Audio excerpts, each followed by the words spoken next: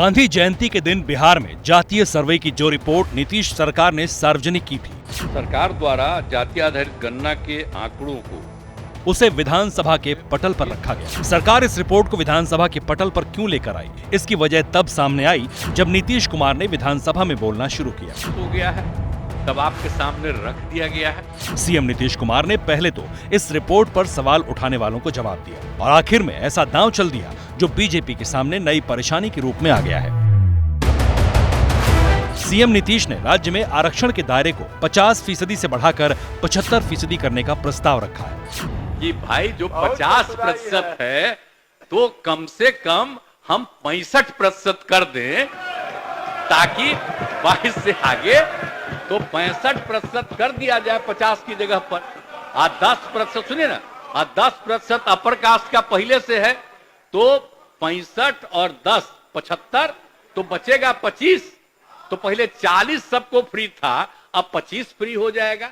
बिहार सरकार ने विधानसभा में जो प्रस्ताव पेश किया उसके मुताबिक एससी के लिए फिलहाल 16% आरक्षण को बढ़ाकर 20% किया जाएगा, एसटी को 1% बढ़ाकर 2% किया जाएगा, ईबीसी और ओबीसी को मिलाकर 30 से 43% आरक्षण कर दिया जाएगा। नीतीश सरकार की रिपोर्ट भले ही राज्य तक सीमित हो, लेकिन इसका सियासी मकसद दिल्ली की तरफ इशारा करता है। नीतीश कुमार ने मोदी सरकार के सामने एक बार फिर जातीय सर्वेक्षण वाला सवाल उछाल दिया है।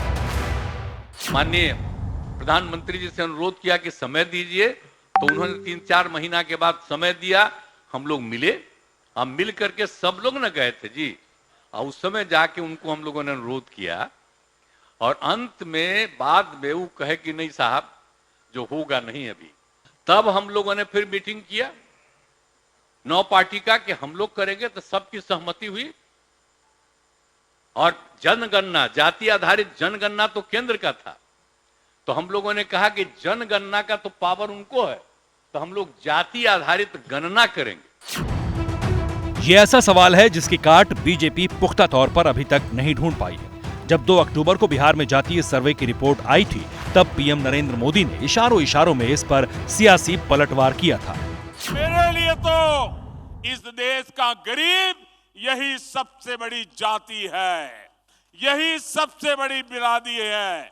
अगर गरीब का भला हो गया, देश का भला अपने आप हो जाएगा। बात यहीं खत्म नहीं होती। पीएम मोदी जानते हैं कि चुनाव में जातियों वाला खेल क्या नतीजा सामने ला सकता है। यही वजह है कि पिछले कुछ दिनों से वो खुद को ओबीसी बताकर कांग्रेस पर हमला कर रहे हैं। आज जब पीएम मध्य प्रदेश के सीधी में चुनावी रैली कर रहे थे, तब भी इसका जिक्र किया।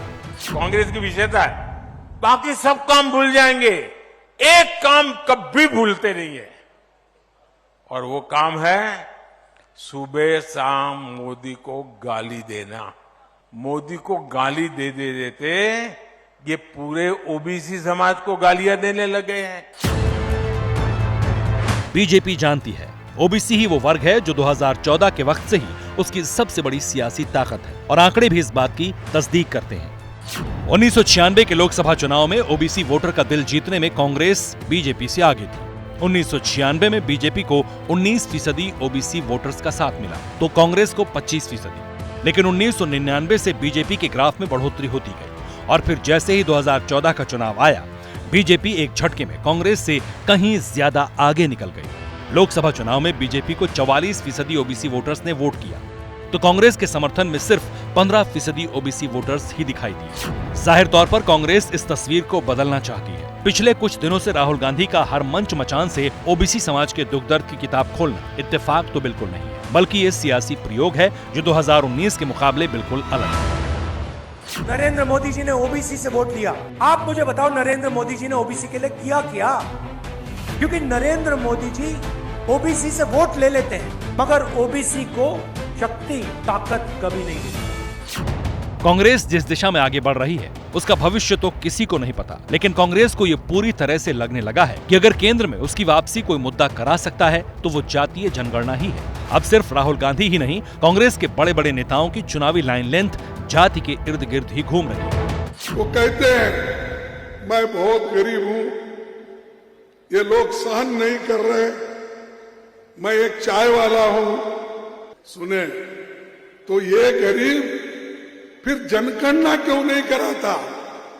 ये गरीबों के लिए स्कीम क्यों नहीं बनाता? इस बात में कोई दो राय नहीं कि ओबीसी जिधर जाएगा उसकी केंद्र में सत्ता बनना तय है। लेकिन इस बात में अभी गहरे मतभेद हैं कि ओबीसी वोटर अचानक मोदी और बीजेपी का साथ छोड़कर कांग्रेस के साथ चल दें। यही वजह है कि अमित शाह ने उस बिहार का मिजाज अलग तरीके से टटोलना तेज कर दिया, जहां से जातीय सर्वे की आवाज सबसे बुलंद तरीके से उठी। बिहार में अमित शाह के लगातार होने वाले दौरे कम से कम इस बात की तरफ इशारा करते हैं।